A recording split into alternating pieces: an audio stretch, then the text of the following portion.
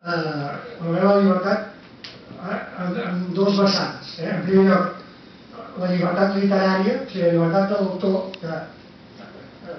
naturalment un escriptor quan escriu el que vol, no? Però en aquest cas això no sé si potser el doctor Porxen considera que vaig massa enllà o que dic disbarat, però a mi em fa pensar potser sobre les distàncies o agafar les gales per les fulles amb el famós realisme màgic de la literatura sud-americana en castellà, perquè l'autor, el lector, es troba constantment amb la paradoxa, amb la incongruència, amb el malic sense lligar, amb les coses que són i no són alhora,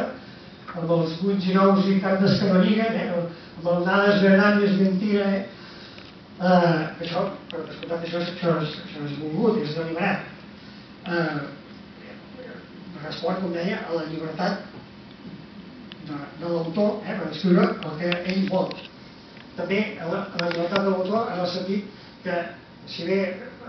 parlem d'una novel·la,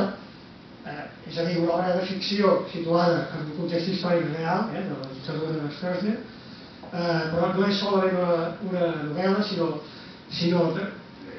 com hem vist, com el que llegim a la Laura, té molt de poesia, té molt, això també ho ha recalcat el doctor Porxen, d'antropologia del poble guaraní, i té molt d'història de la gènesi